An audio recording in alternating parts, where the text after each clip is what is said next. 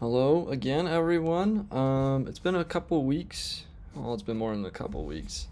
It's been a while, but I've been learning how to use SwiftUI and brushing up on some of my past Swift knowledge, and I decided to make an app using SwiftUI. Now, if you want to use SwiftUI, you're going to need to use Xcode, and if you want to use Xcode, you're going to need a Mac. So, if you did want to do or use this code or do something similar, you're gonna need to do it on a Mac.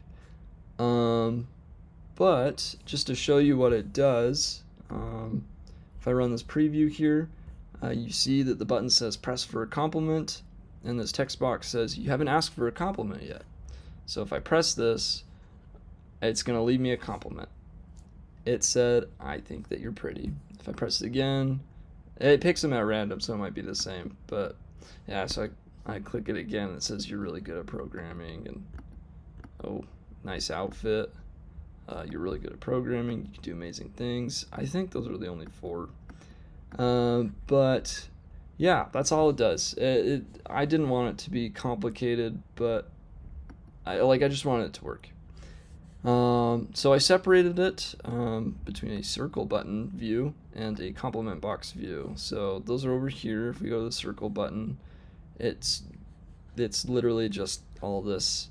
You create a button, you give it an action. So when you press the button, the feature complement is loaded in by the complement switcher, and this will just get a random index and will return a complement that is in our complements list from that random index.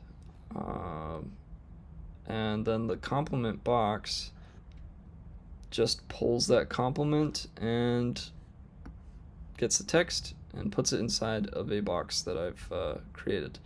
Now, if there is no complement, then it's just going to say that you haven't asked for a compliment yet. I know this isn't like greatest practice, but it ended up working. For some reason, I was having trouble with guard statements. I guess you can't do those inside of a view,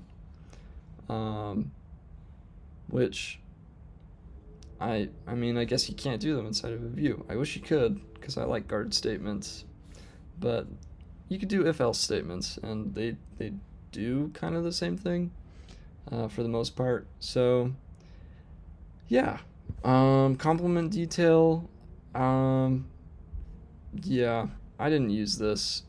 This is just to test stuff. I have it loading in, each complement loading in from a JSON. Okay, I guess I had 5 complements. And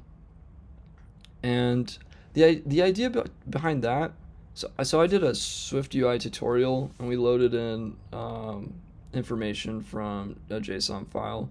So I already had practice with that, and I wanted to implement that into this. But the idea behind it was, if I wanted to have this app on the store or on someone's phone, I could program it to pull that information from an endpoint somewhere, and that way the complements can get updated without me having to update the entire app. So as far as the user is concerned, they're just using their app like normal. They didn't have to do anything, and they can get a new complement. Or I can update the complements list or something like that. So that was the idea. I don't have that implemented, but I kind of got it set up for that. So the complement is just a struct that holds an integer and a string, so the ID and whatever the complement is, and then our model data just has a function to load in the JSON file and make sure that it fits the parameters and that it can load in. It's got a whole bunch of like a guard statement, other do catches, just to make sure that it works. And if the file doesn't work, then it gets mad at you, and you know why.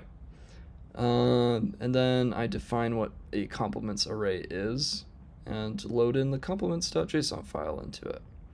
And that's pretty much it. It was a lot less complicated than I was expecting it to be. just because I've always heard app development's really hard, and I'm sure if I did something, more complicated than a button that displays text, it would be way harder. Um, but this was a pretty good learning experience. I really like Swift UI. Making these UI elements look the way they did really wasn't too hard. Like for the circle button, I was just able to give it its frame, the colors, what kind of shape I wanted it to be, um, the radius for the shadow.